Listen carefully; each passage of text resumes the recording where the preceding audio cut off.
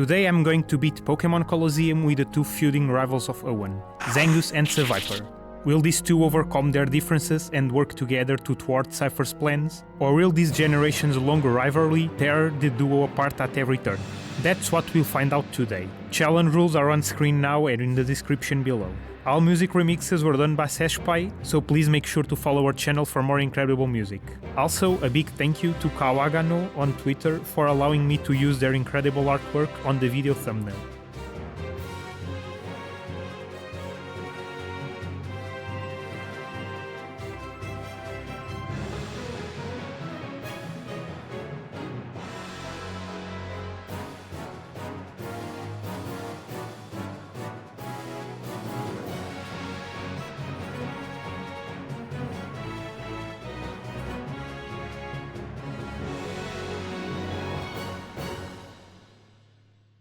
As we watch footage of the beginning of the game, let's talk a bit about these two. As everyone knows, the Pokédex describes extensively the ongoing feud between Zangoose and Seviper, which makes them an obvious pair to play Colosseum with. However, their lore didn't stay confined to their Pokédex entries, and actually seeped through to their designs in the games. Both have exactly 458 base stat point total, with each having the two new growth rate groups introduced in Generation 3, erratic for Zangoose and fluctuating for Seviper. I'll talk a bit more about these growth rates later when they become relevant. Furthermore, Zangoose has the immunity ability, which makes it immune to being poisoned, while Seviper has Shed Skin, which makes it have a 1/3 chance of curing a non-volatile status condition every turn, which actually came in handy quite a few times. However, despite their obvious pairing, these two were not created equal by Game Freak. Let's talk about the star of the show first, Zangoose. It has 73 HP, 115 attack, 60 defense, special attack and special defense, and 90 speed. With an incredible attack stat and great speed, Zangoose is built for one thing: hit things with stab return and hit them hard. And to further emphasize this thing even learns Swords Dance by level up, as early as level 10. With the obvious choice of return for its starting moveset, Zangoose has everything it needs for the entire game right at the start. Even if I didn't have access to return, spoilers for the future XD playthrough, the rest of its level up moveset would actually be great, with it learning both Slash and Crush Claw.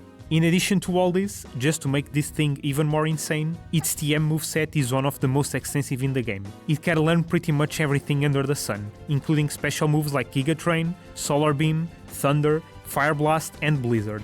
On the physical side of things, it can learn both Shadow Ball and Brick Break, but with a notable absence of Earthquake. Guess that would make it too strong against Seviper or something. With these stats and the moveset so immense, Zangoose has the power and flexibility needed to be an absolute star in Colosseum, without even resorting to hidden power, nor any of the Egg move or Emerald Tutor moves. I debated whether to go with an Adamant or Jolly nature, but I figured that Jolly would be more useful to outspeed our foes without issues. I'll talk a bit more about this decision by the end of the video. Seviper on the other end? Oh Seviper, you're such a poor little snake. It has the same defensive stats as Zangoose, but with a solid 100 in each attack stat, but with only 65 speed. This makes Seviper a slow mixed attacker, which is not great in this game. Don't get me wrong, a mixed attacking set could be viable, but the problem is that Seviper simply does not have the move set to pull it off. By level up, it learns both Poison Tail and Poison Fang for stab, with Crunch being its best special move with only 80 power and no stab. It does learn Sludge Bomb by TM, but Sludge Bomb is both not a great offensive move in general, and you can only get it in the Under Colosseum, which is not viable to clear before Real Game Tower. The rest of its TM move pool reads like a bad joke. It learns Flamethrower, but in the upset of the century not Fire Blast, Earthquake, which is interesting, and then its Saving Grace in Giga Drain.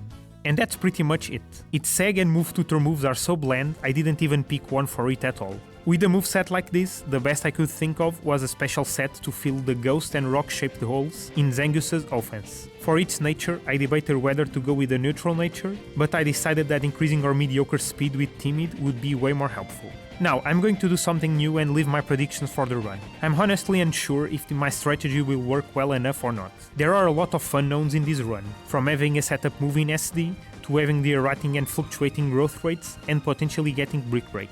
I think I can definitely beat this game. The question is if these two have enough firepower to get through 𝗥𝘂𝗹𝗀𝗀𝗀 first of all and then Evice. I'm not sure if forcing Seviper to be a special attacker is the right move or not, since it can learn Earthquake. but having EQ would limit Zangoose's moveset a lot, and a mixed attacker seems like a waste of potential. Seviper's speed might also be an issue, since it's not exactly the bulkiest thing out there. It should be able to handle 𝗥𝘂𝗋𝗋, but who knows. My hidden power choice could be a bit contentious, but it will help solve a couple of problematic ones, just like a special tech move I decided to have for Zangoose. These two have large enough movesets to allow for a completely different strategy if the need arises, so in the worst case scenario I'll have to do the run again. I predict a final time of 3 hours and 45 minutes. With that really salient prediction out of the way, we come face to face with the first big decision of the game, which RGB Trooper to face. Naturally, with no easy way to beat the myriad of rock types in the game, Giga Drain is a must for this run, so I immediately turned left after Trudley and Folly to face 𝗟𝗲𝗀 and snag his Shadow Pokémon without any problems. After we do our Pyrite errands, we are ready to face the Pyrite Colosseum, the first real test of strength in the game. While I'm here, I want to finally talk about those two growth rates, erratic and fluctuating. Despite starting with about the same amount of XP, Seviper is growing faster than Zangoose in these early portions of the game. This is because erratic and fluctuating are two sides of the same coin. The best way to show this is with this graph, which shows the amount of XP needed to get to the next level, divided by that level cubed. As you can see, fluctuating grows very fast in the early levels, and then slows to a crawl for higher levels, needing even more experience than the slow growth rate to reach level 100. Erratic is the complete opposite. It needs the most EXP at the early levels, but a lot less EXP for higher levels. The thing is, we start Colosseum with our Pokémon around level 26, meaning that this game starts after the erratic growth rate has gone through its lowest level up phase, and fluctuating has gone through its best growth phase, meaning that, once again, Seviper gets the short end of the stick, and this early section of the game will be the only one where Seviper will be at a higher level than Zangoose. Speaking of Seviper, in the last Colosseum battle, it got KO'd by Magnemite's Thundershock, and Zangoose got saved from our first reset by a present miss. Talk about good luck. That's the first single KO of the run for Seviper. On the climb up Pyrite building, we face off against 𝗟𝗏𝗄𝗃, who has a Remoraid. I didn't think too much about this guy, but this Remoraid has Psybeam, which in combination with Magnemite's Thundershock KO'd Seviper once again. The run has just started and we are already getting single KOs left, right and center. Anyway, the rest of the building was very easy, so let's skip ahead to 𝗟𝗏𝗏 and Pherma. 𝗟𝗏𝗏 was a cakewalk, but we got trounced by Pherma's incredibly bulky Mantine and its Bubble Beam. We managed to defeat it, but Furret's quick attack finished off Zangoose, and I figured there was no way Seviper alone could handle the rest of the battle. That's our first reset. In the second attempt, I didn't play around and targeted Mantine with both our Pokémon right at the start, securing our victory. I snagged 𝗟𝗏𝗏 in front of Pyrite Cave for the Poison Barb, but honestly, this wasn't worth the time, since I barely used poison moves throughout the entire run.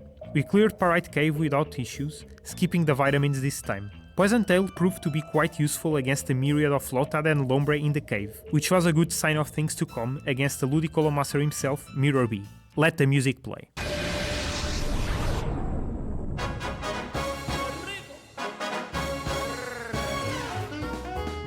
Once again, I didn't expect 𝗟𝗏𝗏𝗏 to be that hard. I have an amazing neutral move in return and Poison Tail for super effective damage. I set up Swords Dance with Zangoose on the first turn, while Seviper's Poison Tail dealt about 3/4 HP to one of the Ludicolo. They just set up their customary Rain Dance, twice, so no damage for us. On turn 2, the Swift Swim Ludicolo now outsped Zangoose, dealing some damage with Water Gun, but it was no match against our +2 stab return. Seviper polished off the other carefree Pokémon with Rain Dish with its Poison Tail, so now we are up against a new batch of Ludicolo. On the third turn, the other Swift Swim Ludicolo just used Razor Leaf, which hits both opponents, so it just deals cheap damage to us. Like its brethren, the other Rain Dish Ludicolo fell to our 154 base power return. Out comes 𝗟𝗏𝗏𝗏's Shadow Pokémon, Sudowoodo. Seviper's Poison Tail handily dealt a poison status to the final Ludicolo, which fainted from the poison that very same turn. Then it's time for my big miscalculation. Despite being +2, Zangoose's return dealt uninspiring damage to the imitation Pokémon, and Seviper's Crunch wasn't able to finish it off either. Sudowoodo answered with a 60 power super effective low kick, which finished off Zangoose. To top it all off, I had forgotten about 𝗟𝗏𝗏𝗏 in my party, which meant I had to call it into battle. This is technically a violation of my rules, but Seviper was able to KO Sudowoodo alone the next turn, so the only loss here was the XP that went to 𝗟𝗏𝗏𝗏. I wasn't really in the mood to repeat the entire run from scratch, and this was such a minor amount that I let it slide. The time at 𝗟𝗏𝗏𝗏 was 39 minutes. After 𝗟𝗏𝗏𝗏, we make a beeline for Agate and grab the ever so important silk scarf from behind the waterfall. Then I remember I still had to go to Phenac City to get 𝗥𝘂𝗋𝗀𝗀 from the Phenac Stadium. We had Seviper hold the Macho Brace to give it a little bit extra EVs during the entire 3 rounds in Phenac. After we got our precious Golem and Marshtomp Destroyer TM, off we went to save the Relic Stone from Scrub. We faced no issues against the Cipher peons before the stone, and 𝗥𝘂𝗋, as usual, loses handily to Scrub. So let's avenge the old man with our Ferret and Snake. At this point in the run, I still had the idea that Brick Break would be needed for Zangoose, so I wanted to snag Hitmontop for its black belt.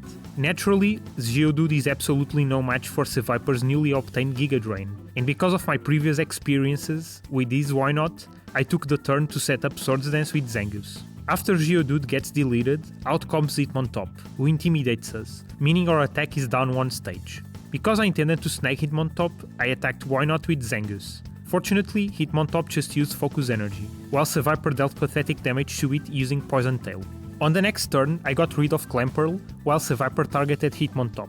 But of course, this left us wide open to Hitmontop's signature move Triple Kick, which hit 3 times and completely destroyed Zangoose. Oops, that's another single KO for the Cat Ferret Pokémon. The rest of the battle was just me trying to whittle down Hitmontop with Seviper, and then snagging it with an Ultra Ball. Next, we are off to save Mount Battle from Cipher's invasion. Nothing happens during the grueling climb up. Zangoose can clean off everything that doesn't resist return, while Seviper's Giga Drain is enough for any pesky rock types that come our way. Notice that, by this point, Zangoose is starting to outlevel Seviper. That's the power of the erratic growth rate for ya, and it's only going to get even more absurd from here. Without further ado, it's time for the second boss of the game, 𝗥𝘂𝗋𝗀.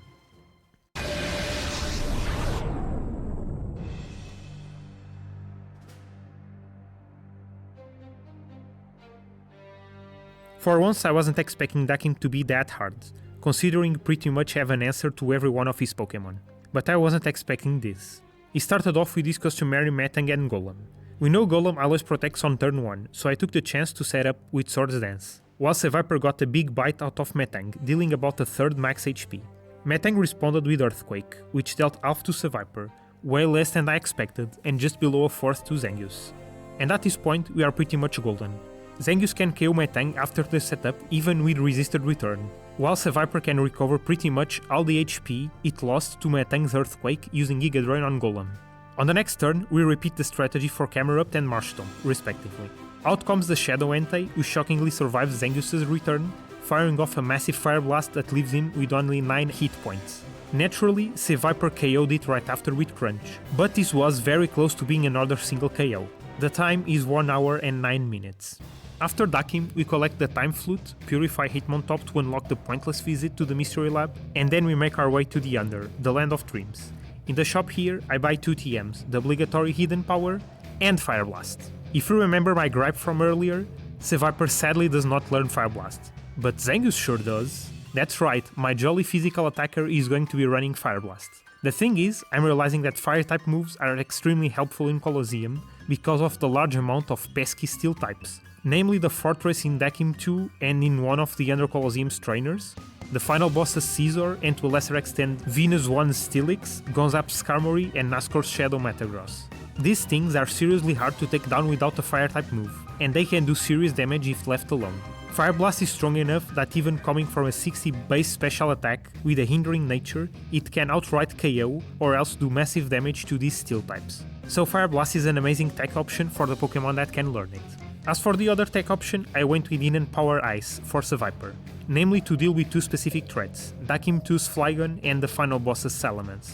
Seviper has decent coverage already with Crunch and Giga Drain, and with Fire taken care of, the best bang for my buck really seemed to be Ice. I opted to not teach it right away, as at the time I was trying to save Poison Tail and Screech in my moveset for later use. Anyway, with all those explanations out of the way, it's time to face off against the third boss of the game, Venus.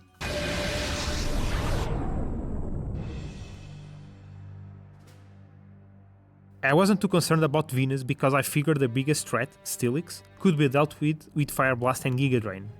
How wrong I was. I forgot quite a lot of important things that led this boss to be the major wall of the run. The first and most important one is that I'm not running Genderlance Pokémon anymore, which means I'm fully exposed to Venus's attract strategies. I set up with Swords Dance while Seviper's Crunch dealt uninspiring damage to Delcatty. Zangoose managed to move through the Infatuation and got rid of Vileplume, but 𝗟𝗂𝗶𝘁𝗀𝗀 dealt a ton of damage to Seviper. I figured Giga draining the incoming Steelix would pretty much restore the HP I lost. But here's the second big problem with my plan. Giga Drain dealt about a fifth to Steelix, not nearly enough to do any significant damage. Then, my third mistake was not considering 𝗟𝗶𝗀𝗀𝗀. Remember, this thing is Ghost type, so it's immune to our best move Return. I thought Crunch could deal with it, but no, it only dealt about 3/4 max HP. And then it used its Psychic, completely erasing Seviper from existence. Zangoose valiantly tried to hang on after Steelix's Earthquake KO'd 𝗟𝗂𝗀𝗀𝗀, KOing the Iron Snake on the next turn after a Fire Blast on the previous turn, but it couldn't KO 𝗠𝘂𝗀 by a sliver even after Swords Dance. Incredibly frustrating.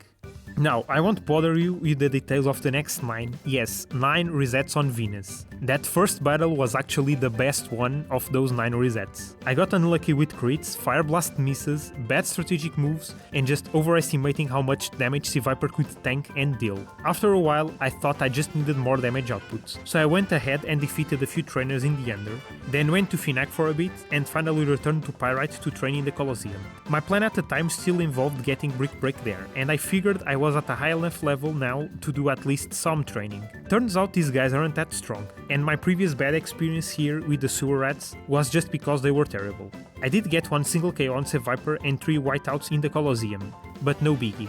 I got Seviper to level 43 and Zangoose to level 45, both over a damage running threshold. If you don't know what the damage running threshold is, basically in all Pokémon games, because the result of the damage calculation formula is truncated at the decimal, and the damage formula depends directly on the level of the attacking Pokémon, the damage dealt increases a lot more in levels that end in 0, 3, 5 and 8, meaning that to increase the effectiveness of training, it's better to reach these specific levels.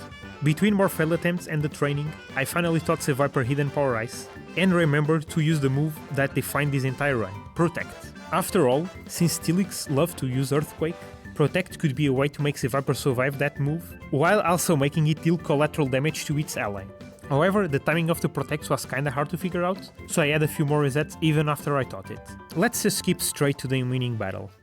Venus opens with 𝗟𝗂𝗃𝗃 and 𝗟𝗂𝗃, but this time I decided to use Return on 𝗟𝗂𝗃𝗃 instead of setting up, which actually KO'd it. Seviper crunches 𝗟𝗃𝗃, which after all our training leaves it with a sliver. The Marionette Pokémon answered with a strong Psychic, but Seviper managed to handle it well enough. Out comes Steelix, and, predicting its Earthquake, I used Protect on Seviper and targeted the Iron Snake with Zangoose's Fire Blast. However, Steelix decided to instead use Taunt. This would be kinda bad because we wanted to use Protect, but it wasn't totally in vain, since it saved us from 𝗟𝗃𝗃. This is where I did both an objectively bad move, but also got extremely lucky. I used Return on Steelix, which didn't KO it, surprise surprise, but it used Taunt again, saving Seviper from its Earthquake. Obviously 𝗟𝗃𝗃 was KO'd by Seviper's Crunch, and out came Vileplume. I took the chance on the next turn to KO Steelix with Giga Drain and deal massive damage to Vileplume with Return. Here I have the chance to teach Detect to Zangoose, but I declined it, figuring I wouldn't need it. Ironically, it would have served us quite well later on. Replacing Steelix was the Shadow 𝗠𝘂𝗀𝗀𝗀, while the Flower Pokémon used Attract on Zangoose. Here I once again make an objectively bad move in setting up with Zangoose, who fortunately moved despite the Attract, while Seviper KOs Vileplume. We were 2 against 1 for the first time ever, but there was really nothing she could do to us now, and Zangoose's Return finally defeated Venus at 2 hours and 1 minute. We pick up the 3 rare candy that are in the Under Studio and make our way down to the subway.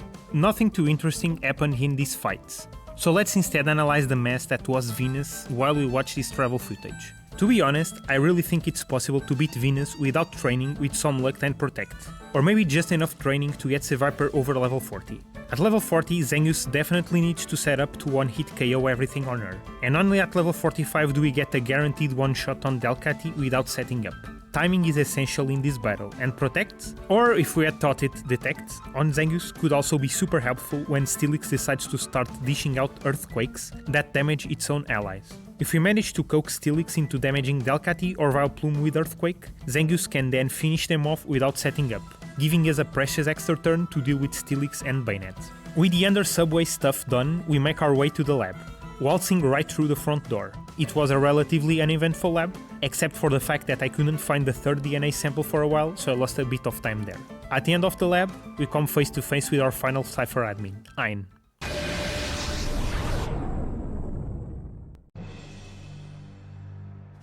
For a change, Ein's battle was very easy. He opened with Lantern and Huntail, so we set up with Swords Dance and Giga Drain Lantern for about half HP. He just used Rain Dance twice, but even that wasn't enough for the 𝗵𝗄𝗃 Pokémon to outspeed Zangoose on the next turn. Naturally, it fell to the +2 return, while Seviper Giga Drained Lantern, leaving it with a tiny sliver of HP. It used Confuse Ray on Seviper, which annoying, but that's alright. On the next turn, we got rid of Golbat with Return and Lantern with Crunch, bringing in Altaria and his ace, the Shadow Raikou. Naturally, Raikou couldn't survive the return from the cat-furred Pokémon, and Seviper completely destroyed Altaria with its Hidden Power Ice. The time at Hein was 2 hours and 25 minutes. With the lap cleared, we do the final under errands and make our way to the final area of the game, Realgam Tower, where we have a boss rush against all 4 Cipher admins waiting for us. Murabi was relatively easy. We just set up with Sword Dance and KO everything with Return, with Seviper doing as best he could between Protect and weak crunches. He did get about 15 HP by the end, but we still won. Unfortunately, I get another reset against Dakim because I forgot about Fortress's Explosion, so in the next battle I immediately got rid of it with Fire Blast. I have Hidden Power Ice for this Flygon, and Seviper thankfully tanked 𝗟𝗏𝗀𝗃𝗀𝗃 Psychic relatively well, so he managed to clear the remaining Wish Cache and Entei with Giga Drain and Return. I decided against getting the Nevermelt Ice from the Delibird from the Cipher Peon guarding the path to Ein, figuring it was quite redundant since HP Ice can one-shot Salamence with no issues. Next, it's time to face our nemesis again, Venus. Thankfully, she no longer has Steelix and Bayonet with Psychic, but her team this time is somehow even more annoying than before, using Attract, Confusion and Paralysis all at once. I lose the first battle by the skin of our fangs because, once again, Seviper's Crunch couldn't KO Venus's 𝗵𝗍𝗲𝗄𝗃, and it ended up being KO'd by its Shadow Ball. Zangoose was left all alone against 𝗵𝗍𝗲𝗄𝗃, which I couldn't hit with Return, and Suicune. I did defeat the Aurora Pokémon, but Venus stalled us by healing 𝗵𝗍𝗲𝗄𝗃, and our Fire Blasts kept missing due to confusion, so I couldn't defeat the Screech Pokémon before we fainted. On the next attempt, she starts off with Bellossom and 𝗵𝗍𝗲𝗄𝗃, and this time I wasn't playing around, so I targeted the Screech Pokémon with both Crunch and Fire Blast, getting rid of it for good. Obviously, that left us open to Bellossom's Attract, but that is preferable to having that annoying ghost around. On turn 2, I moved through the Infatuation and set up with Swords Dance, while Seviper targeted Bellossom for over half HP. Both Bellossom and Raichu paralyzes, but fortunately Seviper's Shed Skin activated, curing the status condition. On turn 3, Venus heals Bellossom, making us miss the KO with Hidden Power. Raichu once again paralyzed Seviper, and poor Zangoose couldn't move through the Infatuation, so things aren't looking too rosy. On turn 4, Raichu confuses Seviper with Sweet Kiss, but thankfully the Cat Ferret moves through the Infatuation, Confusion and Paralysis, and KOs Raichu with Return, and Seviper KOs Bellossom with Hidden Power. Out come our final 2 Pokémon, Suicune and Wigglytuff. I decided to protect with Seviper to both stall out the confusion and to avoid getting more attacks sent our way. It worked, since both our Pokémon targeted Seviper instead, so Zangoose was free to use Return on Wigglytuff, KOing it. Seviper's Shed Skin also activated, turning the tide of battle around. Finally, a combination of Giga Drain and Return was enough to KO Suicune, earning us a hard-fought victory.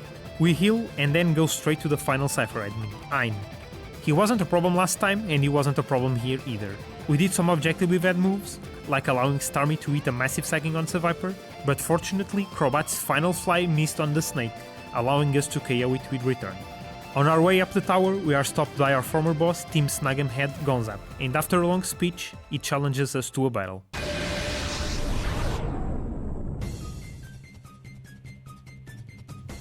Like seemingly every trainer in this game, Gonzap uses Earthquake strats, but he also has a few fighting type moves that could spell trouble for Zangoose. He opens with Pinsir and Shiftry. I decided to set up with Swords Dance and targeted Shiftry with Hidden Power Ice, dealing about 3/4 max HP. He answers with Pinsir's Earthquake, dealing massive damage to Seviper, putting him in the red, and doing about 1/3 to Zangoose, but also KOing his own Shiftry in the process. Out comes Hariyama, who also has Earthquake. I wasn't playing around this time, so next turn I immediately targeted Hariyama with Return and protected with Seviper. The Armed Trust Pokémon was defeated, but Zangoose got pounded by another of Pinsir's Earthquakes, leaving it with less than 1/4 max HP. Thankfully, Hariyama got replaced by Crawdaunt, who couldn't even see the field as it got completely destroyed by the Earthquake. We are now both incredibly weak and facing up against Pinsir and the Shadow Skarmory. I figured one of our Pokémon would for sure be KO this turn, so I finally defeated Pinsir with Return while I targeted Skarmory with HP Ice, which dealt just under half. Obviously, 𝗟𝗏𝗄𝗃 cleaned off Seviper with Shadow Rush, causing another single KO. It would all come down to Fire Blast not missing on 𝗟𝗏𝗃. And fortunately it didn't, defeating the 𝗟𝗏𝗱𝗀𝗀 Pokémon and his master at 2 hours and 47 minutes. It's now time to face off against the final challenge of the game, 𝗏 Colosseum. In case you're new to this game, the 𝗏 Colosseum is kinda like the Elite Four in the mainline games, where we have 4 type team battles before we face against the evil team's boss, 𝗏score, at the end.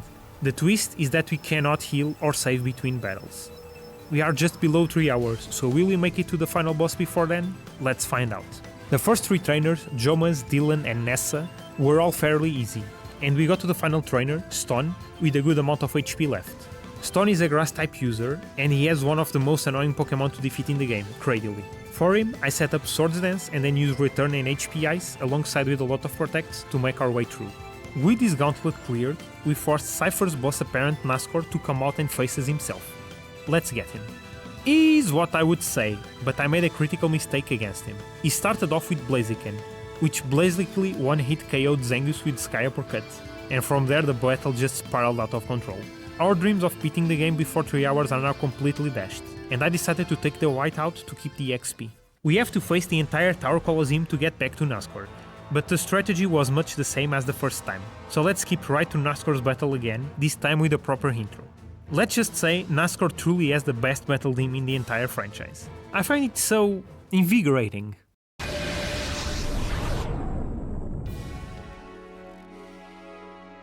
This time he opened with 𝗟𝗏𝗀𝗀𝗀 and 𝗥𝘂𝗹𝗶.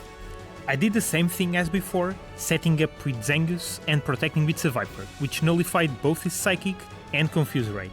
We could now start sweeping with Zangoose, destroying 𝗟𝗏𝗀𝗀𝗀 and dealing just over half to 𝗥𝘂𝗹𝗶 with Seviper's Crunch. The Beacon Pokémon answered with a Confuse Ray on Seviper. On turn 3, we immediately targeted the newly arrived 𝗏𝗏𝗃 with Return and 𝗥𝘂𝗹𝗶 with Crunch, while 𝗏score threw the turn by using X Special on both. Both Pokémon fainted, being replaced by Xatu and Walrein.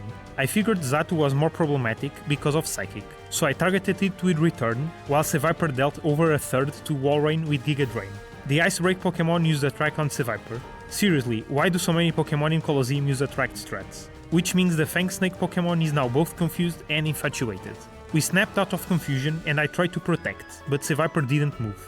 I dealt with Walrein using Return, but that left the newly arrived Metagross to set up with Iron Defense, meaning our returns are now useless. I prepared myself for a grueling battle against the Iron-like Pokémon, but fortunately Fire Blast crit and ended the battle right there. The time at 𝗏score is 3 hours and 2 minutes. But wait, the run's not over yet. Turns out 𝗏score isn't actually Cipher's leader. That honor goes to the affable mayor of Phenac City, 𝗥𝘂𝗹𝗲𝗀.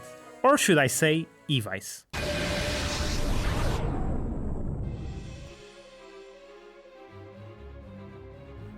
It's time for the final battle in the game, but Evice's team is a whole other beast, being on average 5 levels above 𝗏score's. He opens with Salamence and Slacking, meaning our attack is down due to Intimidate. I set up with Swords Dance, but Slacking's Earthquake immediately KOs Seviper in one shot.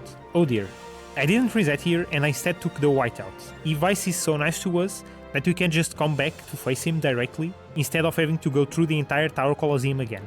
I decided to give our 3 rare candy to Seviper and jumped right back in. This time he opened with Salamence and Scizor. I targeted the bug type with Fire Blast, but it missed, while Salamence got deleted by Hidden Power Ice. Scizor used Silver Wind on Zangoose, which crit, meaning the cat ferret can't survive another blow. Out came Machamp, and here I realized what a mess we were in. This thing knows both Earthquake and Cross Chop, and either move can just outright kill the weak Zangoose. I targeted Scizor with Fire Blast, KOing it, but obviously Machamp just used Earthquake and I was forced to reset. I tried the battle for a 3rd time, where it became clear that to do this we'd need a different strategy. That's when someone in chat suggested a solution: Double Protect. See, we can play around Slacking Truant by using Protect, meaning we are essentially one-on-one every other turn. On top of Wang Protect, I decided that we still needed some more levels, so I went back down the Under to train in the Colosseum. My initial plan for the run was to train in Pyrite to get Brick Break, but I changed course about halfway through. Something I'll talk about during the Postmortem. Anyway, we trained in the Under Colosseum until level 64 for Zangoose and 58 for Seviper. I accidentally gave a rare candy to Zangoose, but that turned out to be a good move since it put both Zangoose and Seviper over damage running thresholds. With all that out of the way, let's defeat this clown. He opens with Machamp and Slowking. I started out by completely choking and accidentally used Call on Seviper, but fortunately for me, Evice also threw the turn by using X attack on his Pokémon. Zangoose meanwhile dealt great damage to Machamp, almost KOing it. On turn 2, I used Protect with Seviper and dealt with Machamp using Return, while Slowking predictably tried and failed the Psychic on Seviper. On turn 3, we get visited by Salamence, which lowered our attack with Intimidate. I countered this by setting up with Zangoose and getting rid of the nuisance Dragon Pokémon with Hidden Power Ice. Notice how Seviper actually moved before Salamence here. Our speed is actually 1 point above Salamence's, which means our nature and EVs were just enough to outspeed this crucial threat. Slowking avenged his partner by sending a massive Psychic on Seviper's way, almost KOing it. My double Protect prevented damage from Slacking's Earthquake on the next turn, but it dealt about half to his partner. And then Slowking used his Ace in the Hole, Skill Swap, to remove Slacking's Truant. I was a bit confused if Slowking would move this turn or not, but I bet it would, and so I decided to use Return and Giga Drain on the lazy Pokémon to KO it. Slowking did loaf around on this turn, so I protected with Seviper, preventing Slowking's Psychic next, and got rid of the incoming Scizor with Fire Blast. Out comes his Ace, the ultimate Shadow Pokémon Tyranitar, which whipped up an Eternal Sandstorm, so we're on a timer now. Here I make two objectively bad choices in using Protect twice in a row with Seviper and using Return on Slowking. That KO'd it, but it was its turn to loaf around, so he could have easily dealt some big damage to Tyranitar with Giga Drain and dealt with Slowking later on. Obviously Seviper was fully exposed to Tyranitar's Shadow Rush and it fainted. We now have Zangoose against Tyranitar. We used Return on it, dealing just over half to the armor Pokémon, and it retaliates with a powerful stab single target Rock Slide, almost KOing us. I thought we had this in the bag and used Return once more, but Tyranitar survived with a sliver of HP, such terrible ranges again. It used its own Shadow Rush, KOing Zangoose, but also KOing itself, which would be a tie, except in Pokemon games ties are counted as losses, meaning we lost to the tiniest margin possible. What terrible luck. That was our 15th and final reset. Now for the actual winning battle, and to counter our incredible bad luck before, we got some amazingly good luck this time. He opens with the best possible opening with Slacking and Machamp. We double protect immediately, meaning both these Pokémon used Earthquake to hit each other for around half HP. Nice! On turn 2, Slacking was going to be loafing around, so I decided to play it safe and KO Machamp, targeting it with both Return and Hidden Power Ice. Turns out our Return was strong enough to KO Machamp, and our Hidden Power Ice immediately KO'd his incoming Salamence. Double nice! He never even managed to touch the field, but he left his mark with the attack reduction from Intimidate. In the next turn, I once again double protected, and this time Slacking's Earthquake crits on Scizor, KOing it for us. Triple nice! What a helpful little slot this Slacking is turned out to be for us. Out came Slowking, so I double targeted it with Return and Giga Drain, just about missing the KO. It just used Skill Swap, meaning next turn it will be the one loafing around. I once again double protected and Evice unpredictably used Bulk Up on Slacking. This thing was getting dangerous, so I targeted it with both Zangoose and Seviper. Apparently Evice thought he couldn't go a single battle without using his items, so he fully restored Slacking's HP and used X attack on Slowking. What a pain. Our combined Return and Crunch put it around the same HP as before, and the next turn I finally KO'd it with our Pokémon while Slowking loafed around. Out comes Tyranitar, bringing in the sand. I decided to double protect out of habit, which actually turned out to be a good idea, because the sand finished off the Slowking for us. Quadruple nice! We are now face to face with Tyranitar, but our -1 Return and Giga Drain weren't quite enough to KO it. But there was nothing much Evice could do to us now, only doing about a third to Seviper with Thunder.